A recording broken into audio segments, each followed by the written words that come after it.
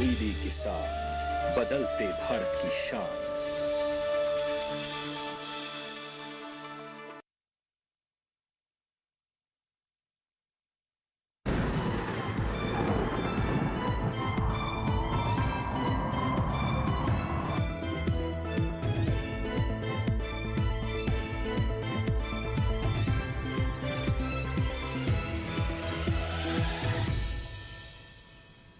नमस्कार, आप सभी का स्वागत। मौसम खबर में मैं हूं मुकुल शर्मा।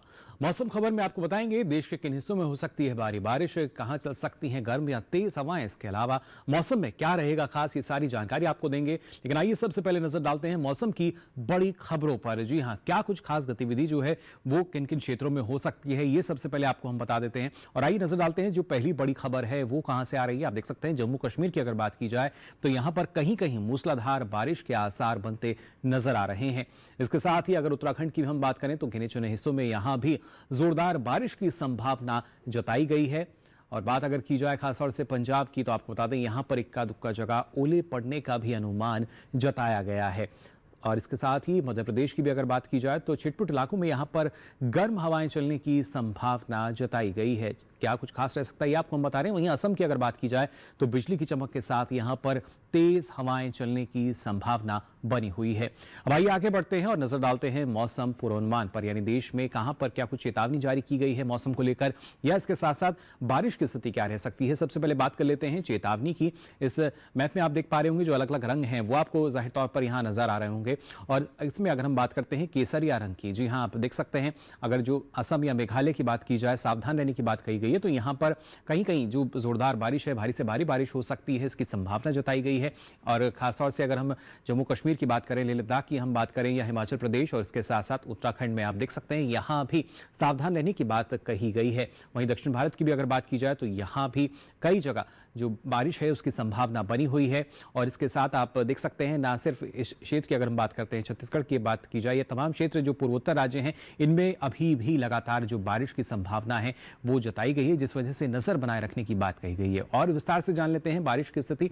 आप देख सकते हैं अधिकतर जगह जो बारिश का अनुमान है वो है जम्मू कश्मीर में, इसके साथ साथ लद्दाख, हिमाचल प्रदेश की अगर बात की जाए, उत्तराखंड की हम बात करें, अधिकतर जगह यहां बारिश होगी। जबकि पंजाब, हरियाणा, राजधानी दिल्ली और उत्तर प्रदेश यहां भी अनेक जगह बारिश का अनुमान जताया गया है। लगातार जो स्थिति है अब उसमें बदलाव हम यहां देख पा रहे हैं।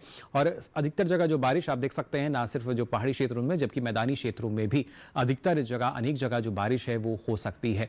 पूर्वी भारत का हाल आइए जान लेते हैं। बिहार, झारखंड की अगर बात की जाए तो कई जगह बारिश, और ओडिशा में आप देख सकते हैं कहीं कहीं, जबकि पूर्वोत्तर में आप देख सकते हैं लगातार अधिकतर जगह जो बारिश का दौर है वो जारी है। अरुणाचल प्रदेश में अनेक जगह बारिश होगी, साथ ही वाले पश्चिम बंगाल और सिक्किम में भी अधिकतर जगह बारिश की संभावना जताई गई है। और यहाँ अगर दक्षिण भारत में हम नजर डालें, केरल और इसके साथ साथ तटीय कर्नाटक का ये क्षेत्र आप देख सकते हैं यहाँ पर अधिकतर जगह बारिश होगी। और ऐसी स्थिति अंडमान निकोबार में भी, जबकि भीतरी उत्तर कर्नाटक की हम बात करें तो यहाँ आप देख सकते हैं यहाँ भी कई जगह बारिश का अनुमान है। जबकि जो बाकी क्षेत्र हैं इनमें आप देख सकते हैं किस तरीके से कहीं कहीं बारिश का जो अनुमान है वो जताया गया है। इसके साथ ही राजस्थान की अगर बात की जाए, मध्य प्रदेश की हम बात करें और छत्तीसगढ़ की बात करें तो यहाँ भी कहीं कहीं जो बारिश है वो हो सकती है। जबकि सौराष्ट्र, कच्छ, गुजरात की अगर बात की जाए, मराठवाड़ा, विदर्भ या फिर मध्य महाराष्ट्र की हम बात करें, कोंकण, गोवा की बात करें, यहां फिलहाल बारिश का कोई अनुमान नहीं जताया गया है। वहीं पिछले 24 घंटों के दौरान क्या स्थिति रही है, मौसम की क्या कुछ खास गतिविधि रही, आइए इस पर नजर डाल लेते हैं। आप देख सकते हैं जम्मू कश्मीर की हम बात करें, लेह लद्दाख की अगर बात की जाए, हिमाचल प्रदेश, लगातार बारिश और उसके साथ साथ तेज हवाएं जो हैं वो इन क्षेत्रों में दर्ज की गई हैं। हालांकि राजस्थान की हम बात करें तो यहां पर कुछ एक जगह जो गर्म हवाओं की स्थिति भी बनती नजर आई, तो कुछ जगह बारिश भी हुई। और ऐसी स्थिति हमने उत्तर प्रदेश में भी देखी, राजधानी दिल्ली, इसके साथ साथ हरियाणा, पंजाब की अगर बात करें तो कहीं कहीं आप देख सकते हैं जो बारिश की स्थिति है वो सीधे तौर पर बनती नजर आई। और अगर पूर्वी भारत पर नजर डालें तो देखिए बिहार की अगर बात की जाए, झारखंड की हम बात करें और इसके साथ साथ ओडिशा, जहां बारिश है लेकिन बाकी क्षेत्रों में आप देख सकते हैं लगातार जो तेज हवाएं हैं गरज के साथ वो दर्ज की गई हैं। और पूर्वोत्तर में भी लगभग वही स्थिति हम देख पा रहे हैं पिछले काफी समय से, ना सिर्फ बारिश बल्कि तेज हवाएं भी यहां दर्ज हुई। वहीं लक्षद्वीप की अगर बात की जाए तो यहां आप देख सकते हैं कहीं कहीं बारिश दर्ज की गई। तो अंडमान निकोबार में बारिश और उसके साथ साथ तेज हवाएं भी यहां गरज के साथ चली हैं। वहीं तमिलनाडु में भी लगभग यही स्थिति और उसके साथ साथ तटीय कर्नाटक की अगर बात की जाए तो आप देख सकते सकते हैं किस तरीके से जो खास गतिविधि रही है मौसम की, ना सिर्फ बारिश बल्कि तेज हवाएं भी दर्ज की गई हैं। वहीं नजर डालते हैं कोंकण गोवा पर, मध्य महाराष्ट्र, इसके साथ साथ मराठवाड़ा, तो यहां भी आप देख सकते हैं जो बारिश है वो दर्ज की गई। हालांकि विदर्भ में आप देख सकते हैं, जबकि पूर्वी मध्य प्रदेश की हम बात करें तो कुछ एक क्षेत्र में गर्म हवाएं भी चली, जबकि कहीं कहीं पर बारिश के साथ गरज के साथ जो तेज हवाएं हैं वो भी यहां दर्ज की गई हैं। तो जाना आपने क्या कुछ खास गतिविधि रही है मौसम में। फिलहाल मौसम खबर में वक्त हो चला एक छोटे से ब्रेक से लौटेंगे तो आपको बताएंगे और क्या कुछ खास रहेगा मौसम में। आप बने रहिए दूरदर्शन किसान पर।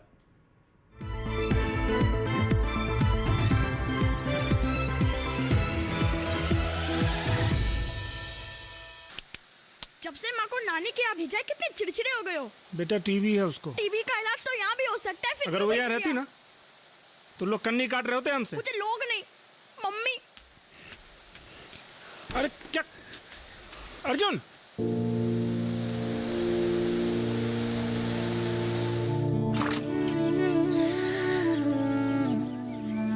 अर्जुन, बहुत मिस कर रहा था तुमको।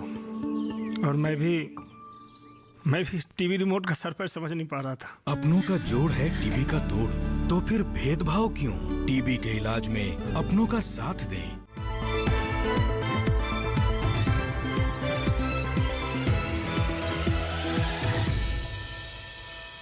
ब्रेक के बाद आप सभी का एक बार फिर स्वागत मौसम खबर में। आइए बुलेटिन में आगे बढ़ते हैं और बात कर लेते हैं किस तरीके से तापमान में जो बदलाव है वो फिलहाल दर्ज किया जा रहा है। अलग अलग क्षेत्रों की अगर बात की जाए, ना सिर्फ अधिकतम तापमान बल्कि न्यूनतम तापमान की स्थिति क्या रही है, तापमान का हाल आपको हम बता देते हैं। सबसे पहले अधिकतम तापमान की आइए बात कर लेते हैं।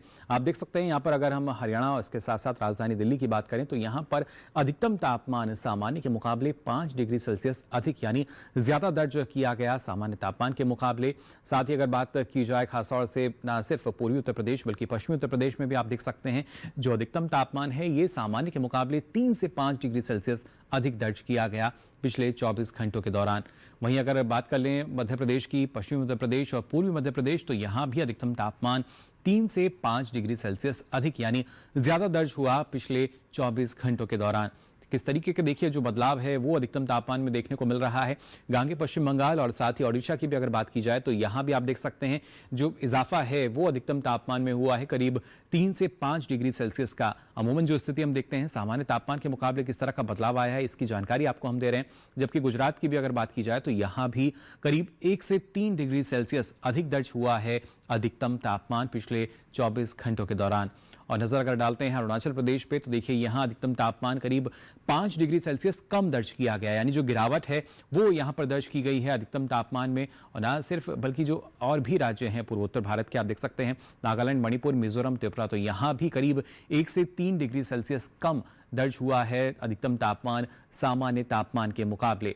दक्षिण भारत की अगर बात की जाए तो आप देख सकते हैं तेलंगाना, इसके साथ साथ तमिलनाडु, पुडुचेरी, तो यहाँ भी जो अधिकतम तापमान है ये करीब 3 से 5 डिग्री सेल्सियस कम दर्ज किया गया पिछले 24 घंटों के दौरान। और खासतौर से अगर बात की जाए सबसे अधिक तापमान की तो आप देख सकते हैं पूर्वी राजस्थान के धौलपुर में सबसे अधिक तापमान रहा और ये रहा 47.8 डिग्री सेल्सियस। जी हाँ, सबसे अधिक तापमान ये दर्ज किया गया। न्यूनतम तापमान की अगर बात की जाए तो आप देख सकते हैं पंजाब, चंडीगढ़, जहां पर न्यूनतम तापमान जो है उसमें इजाफा दर्ज हुआ है करीब 3 से 5 डिग्री सेल्सियस का। जी हां, यह अधिक दर्ज किया गया है। और इसके साथ ही झारखंड की हम बात करें तो यहां भी करीब 3 से 5 डिग्री सेल्सियस अधिक दर्ज हुआ है न्यूनतम तापमान सामान्य तापमान के मुकाबले। पिछले 24 घंटों के दौरान किस तरह की स्थिति रही है ये आपको हम बता रहे हैं। पश्चिमी राजस्थान की भी अगर बात की जाए तो यहां भी करीब 3 से 5 डिग्री सेल्सियस का इजाफा जो है न्यूनतम तापमान में दर्ज किया गया है। साथ ही अगर नजर डालते हैं खासतौर से विदर्भ पर तो यहां आप देख सकते हैं ये करीब 1 से 3 डिग्री सेल्सियस अधिक रहा है न्यूनतम तापमान। अमूमन जो स्थिति रहती है उससे अलग किस तरीके से इजाफा अभी तक हमने देखा है। जबकि ओडिशा की अगर बात की जाए तो यहां भी करीब 1 से 3 डिग्री सेल्सियस अधिक दर्ज किया गया है न्यूनतम तापमान सामान्य तापमान के मुकाबले। और सबसे कम तापमान की हम बात करते हैं तो तमिलनाडु के तिरुपत्तुर की अगर खासतौर से बात की जाए तो यहां 21.4 डिग्री सेल्सियस दर्ज किया गया न्यूनतम तापमान। तो जाना आपने किस तरीके से बदलाव ना सिर्फ न्यूनतम बल्कि अधिकतम तापमान में दर्ज किया गया है। लेकिन प्रमुख शहरों की हम बात करते हैं तो वहां पर किस तरह की स्थिति रही है तापमान की, आइए इस पर भी डालते हैं नजर।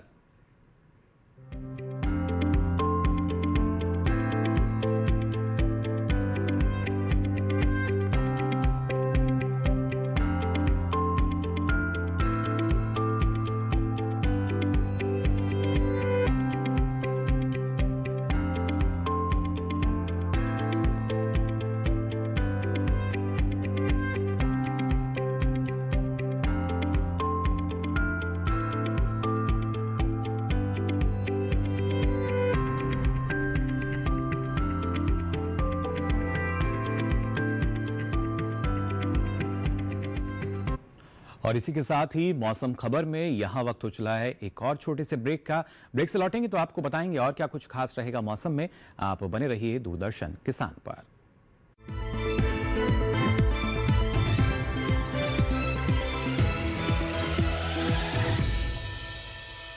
जानेंगे क्या है किसानों का हाल, हम पहुंचेंगे आपके गांव, मिलेगा सरकारी योजनाओं का ज्ञान। जब लगेगी चौपाल, देखिए चौपाल चर्चा सोमवार से शुक्रवार सुबह 9 बजे सिर्फ दूरदर्शन किसान पर।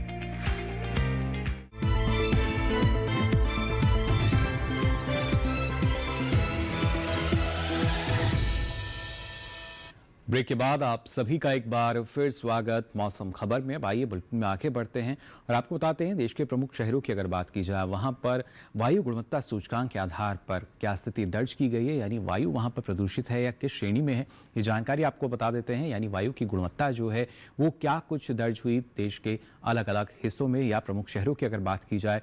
और इसी में अगर सबसे पहले नजर डालते हैं राजधानी दिल्ली पर, तो ये 261 दर्ज किया गया, जो कि जाहिर तौर पर थोड़ी खराब श्रेणी में नजर आई। यहाँ की जो वायु गुणवत्ता है, लखनऊ की बात करें तो 198 दर्ज हुई गुणवत्ता सूचकांक के आधार पर, जो कि संतोषजनक श्रेणी, लेकिन यहाँ भी वायु प्रदूषित हम मान सकते हैं। पटना की अगर बात करें तो 144 दर्ज हुआ गुणवत्ता सूचकांक, जो कि संतोषजनक श्रेणी में नजर आई यहाँ वायु गुणवत्ता। बेंगलुरु की अगर बात की जाए तो ये महज 54 दर्ज किया गया, जो कि एक अच्छी स्थिति मानी जा सकती है वायु गुणवत्ता की। जबकि पुणे की हम बात करें तो ये 177 दर्ज किया गया गुणवत्ता सूचकांक यहाँ पर, जो कि एक संतोषजनक स्थिति कही जा सकती है। हैदराबाद की अगर हम बात करें तो ये 85 दर्ज हुआ गुणवत्ता सूचकांक के आधार पर, जो कि जाहिर तौर पर एक अच्छी स्थिति हम मान सकते हैं।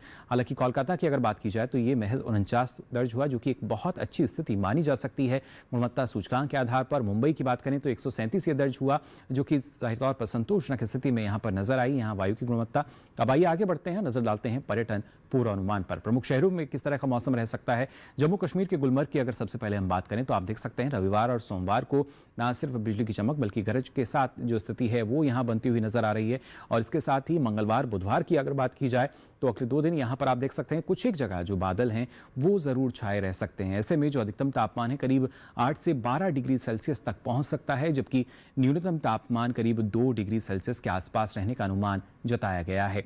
हिमाचल प्रदेश के कुल्लू की अगर हम बात करें तो देखिए रविवार सोमवार को यहाँ भी वही स्थिति, यानी गरज की जो स्थिति है बिजली की चमक के साथ वो बनती हुई नजर आ रही है। जबकि मंगलवार बुधवार को आप देख सकते हैं कुछ एक ही जगह जो बादल हैं वो छाए हुए नजर आ रहे हैं। और ऐसे में अधिकतम तापमान जो है करीब 29 से 30 डिग्री सेल्सियस के आसपास रहने का अनुमान है, जबकि न्यूनतम तापमान करीब 12 डिग्री सेल्सियस रह सकता है। तो अगले 4 दिन क्या स्थिति मिल सकती है कुल्लू में, ये आपने जान लिया।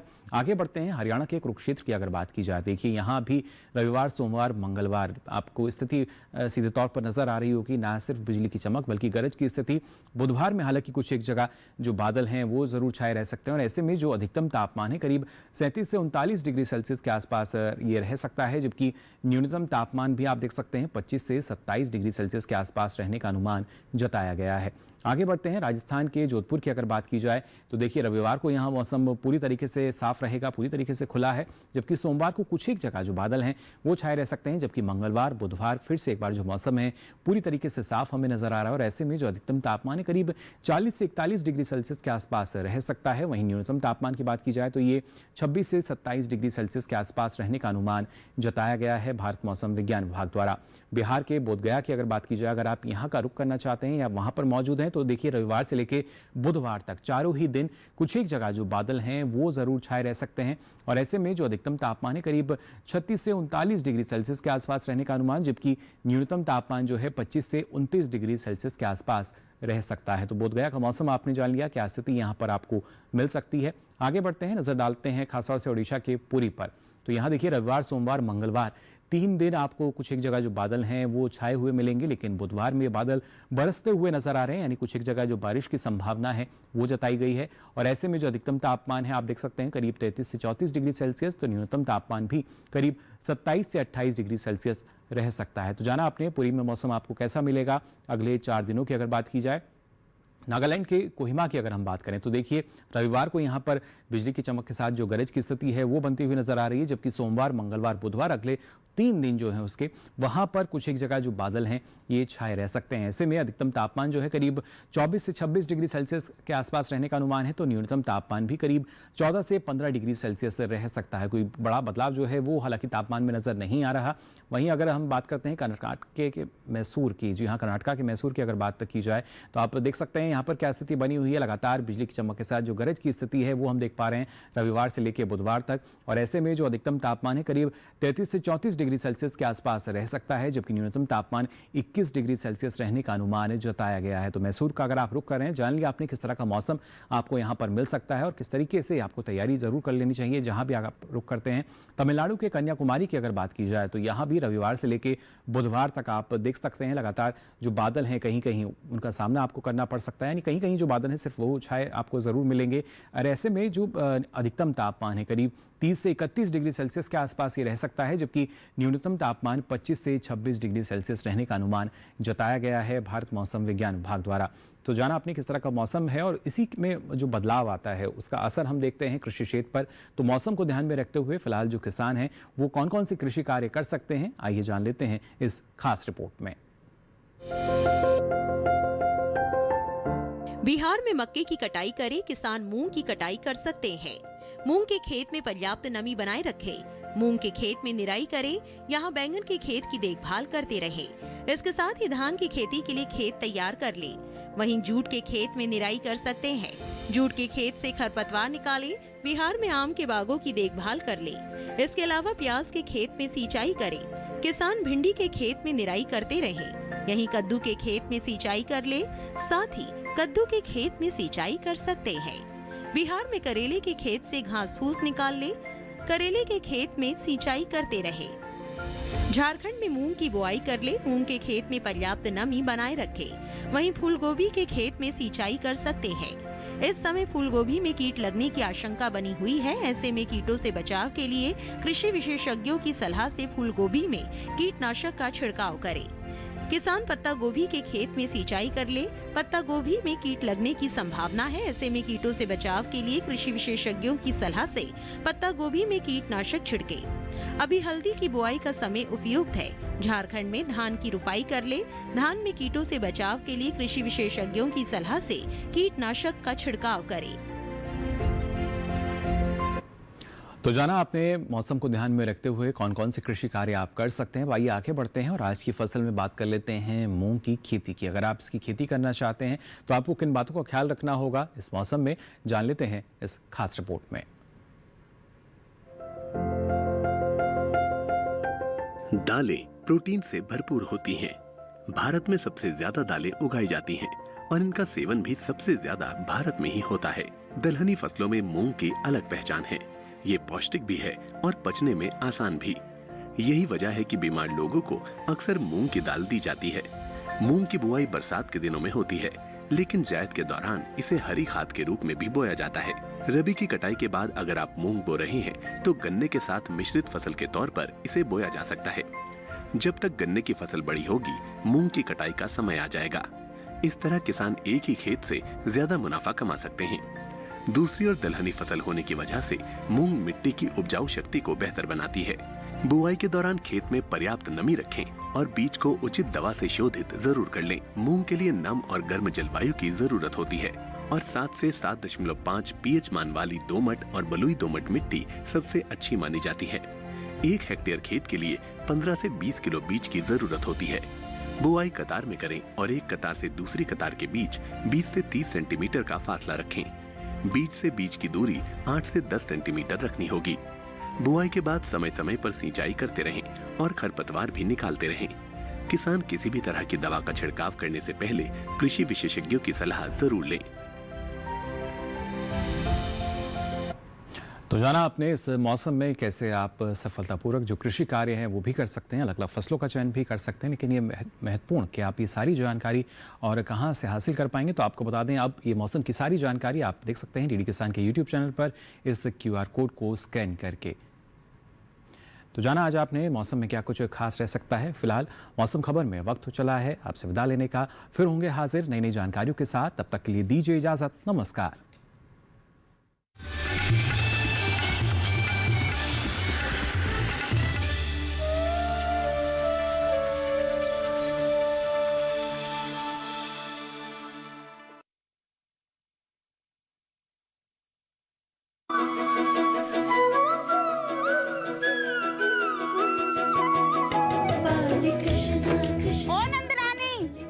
अरे माखन चोर ने और उसकी टोली ने सारा आतंक मना कर रखा है। भैया तुम्हें मुझसे अधिक कॉपियों पर विश्वास है?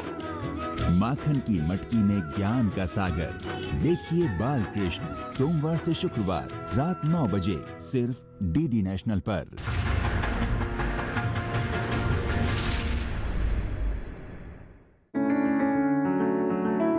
महका महका घर आंगन, हरियाली से खिलेगा तन मन। छत पर छोटी सी बगिया, जरूरत भी पूरी शौक भी पूरा। देखिए छत पर बागवानी, शनिवार सुबह 9 बजे।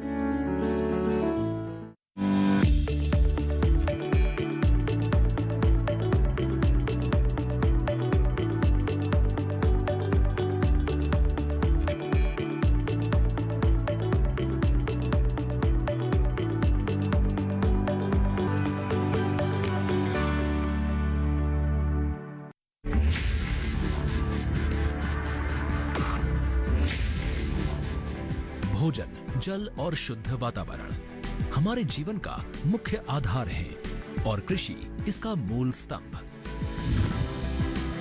पिछले 60 वर्षों में विज्ञान आधारित कृषि का व्यापक प्रसार हुआ है। साथ ही कृत्रिम संसाधनों के बढ़ते प्रयोग से कृषि की सतत क्षमता पर चिंताएं बढ़ी हैं। प्रधानमंत्री श्री नरेंद्र मोदी जी के दूरदर्शी नेतृत्व के अंतर्गत रसायन मुक्त जैविक खेती एक महत्वपूर्ण प्रयास है।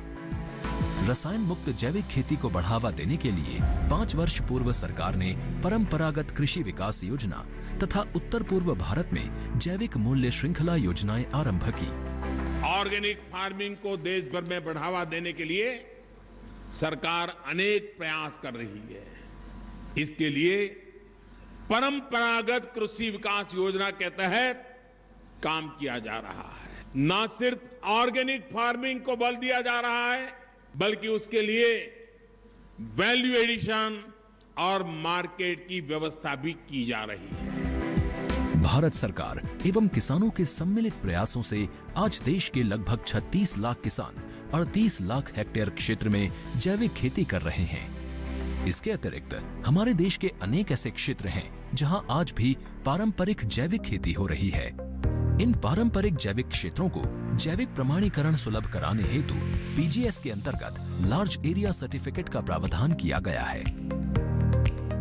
इस प्रक्रिया की विशिष्टता ये है कि इसमें प्रमाणीकरण मात्र 2 से 3 महीनों में हो जाता है, जबकि सामान्य परिस्थितियों में इसमें 2 से 3 वर्ष का समय लगता है। अंडमान निकोबार केंद्र शासित प्रदेश के कार निकोबार एवं नैन काउरी द्वीप समूह देश के सर्वप्रथम ऐसे प्रमाणीकृत जैविक क्षेत्र हैं। अभी हाल ही में संपूर्ण लक्षद्वीप को जैविक खेती के रूप में प्रमाणित किया गया है। वर्ष 2016 में सिक्किम राज्य पूर्ण जैविक कृषि राज्य के रूप में प्रमाणित हो चुका है। सुदूर उत्तर में हिमालय श्रृंखला के बीच स्थित लद्दाख ने भी पूर्ण जैविक के लक्ष्य की ओर बढ़ना शुरू कर दिया है। जैविक उत्पादों को बाजार सुलभ कराने तथा किसानों की उपभोक्ताओं तक पहुंच बनाने के लिए एक समर्पित जैविक खेती पोर्टल भी बनाया गया है। जैविक खेती पोर्टल के जानकारी मंच और विपणन मंच के माध्यम से किसानों को उच्च गुणवत्ता उत्पादन तथा बाजार उपलब्ध कराया जा रहा है। आशा है देश के सभी राज्य अपने जैविक क्षेत्रों का विस्तार करेंगे और देश में जैविक कृषि क्रांति को मजबूत करने में योगदान देंगे। जैविक उत्पादों की देश और विदेशों में बढ़ती मांग तथा जैविक उत्पादों का बढ़ता बाजार, किसानों की उपभोक्ताओं तक पहुंच तथा जैविक एफपीओ द्वारा जैविक कृषि व्यापार में भागीदारी हमारे किसानों को अपनी आय बढ़ाने का अवसर दे रहा है। पिछले 5 वर्षों में जैविक कृषि उत्पादों का निर्यात दोगुने से अधिक बढ़कर 7,000 करोड़ रुपए से अधिक का हो गया है और इसमें प्रतिवर्ष 20% से अधिक की वृद्धि हो रही है। उम्मीद है पारंपरिक क्षेत्र के किसान भी इस बढ़ते बाजार से लाभान्वित होंगे और जैविक कृषि आंदोलन को आगे बढ़ाएंगे। किसानों की मुस्कान समृद्ध हिंदुस्तान की है पहचान।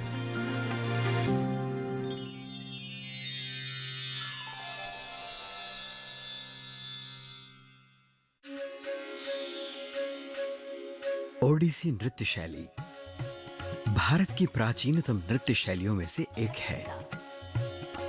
नाट्य शास्त्र व शिल्प शास्त्र के नियमों का समुचित समायोजन एवं त्रिभंग की छटा इस नृत्य को विशिष्ट एवं दर्शनीय बनाती है।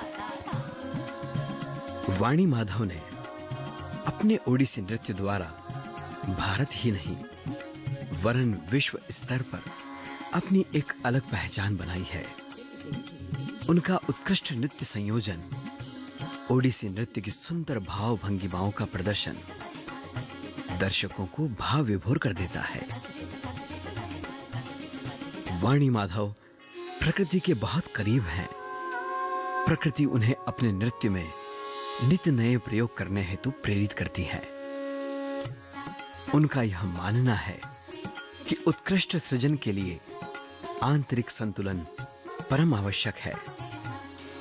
इसीलिए वे अपनी दिनचर्या में नियमित रियाज के साथ योग एवं प्राणायाम को भी प्राथमिकता देती हैं और यही संपूर्ण शिक्षा वे अपने शिष्यों को भी प्रदान कर रही हैं।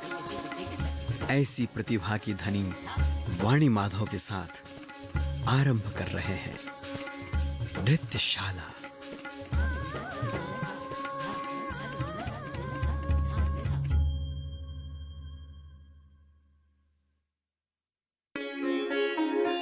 हर सांस बनेगी संगीत, लय ताल धड़कन बने, भावों की अभिव्यक्ति का अनूठा अब संगम रचे। संस्कृति के रंगों का ये संगम निराला है, ये नृत्यशाला है।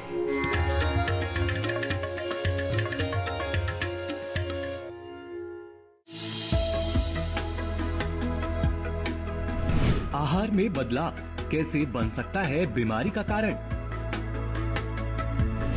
भेड़ बकरियां कैसे हो सकते हैं रोग का शिकार? आंत के साथ कई अंगों को पहुंच सकता है नुकसान। क्या है रोग के लक्षण? कैसे करें उपचार? देखिए भेड़ बकरियों में एंट्रोटॉक्सिमिया। अपना पशु चिकित्सक में इस रविवार शाम 6:30 बजे। मन की बात है जन जन की, संघर्षों के कुछ किस्से, कहानी कुछ सफलताओं की, अनकही विरासत की, उम्मीदें नए भारत की। महीने के आखिरी रविवार का रहता है इंतजार। मलयाचल के आंचल से विंध्याचल के आंगन तक, ब्रह्मपुत्र के घाट से हिमालय के विस्तार तक होती है मन की बात प्रधानमंत्री के साथ। तो सुनिए इस महीने 29 मई सुबह 11 बजे मन की बात आकाशवाणी और दूरदर्शन के सभी चैनलों पर। इसके अतिरिक्त आकाशवाणी और दूरदर्शन के YouTube चैनल और प्रसार भारती के ऐप न्यूज ऑन एयर पर सजीव प्रसारण लाइव स्ट्रीमिंग के माध्यम से। तो याद रखें, रविवार 29 मई सुबह 11 बजे मन की बात।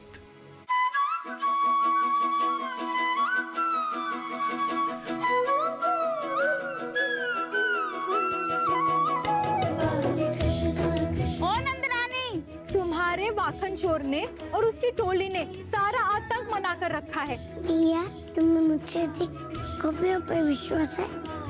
माखन की मटकी में ज्ञान का सागर। देखिए बाल कृष्ण सोमवार से शुक्रवार रात 9 बजे सिर्फ डीडी नेशनल पर। महका महका घर आंगन, हरियाली से खिलेगा तन मन।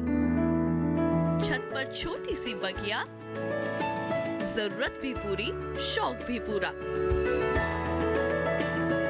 देखिए छत पर बागवानी, शनिवार सुबह 9 बजे।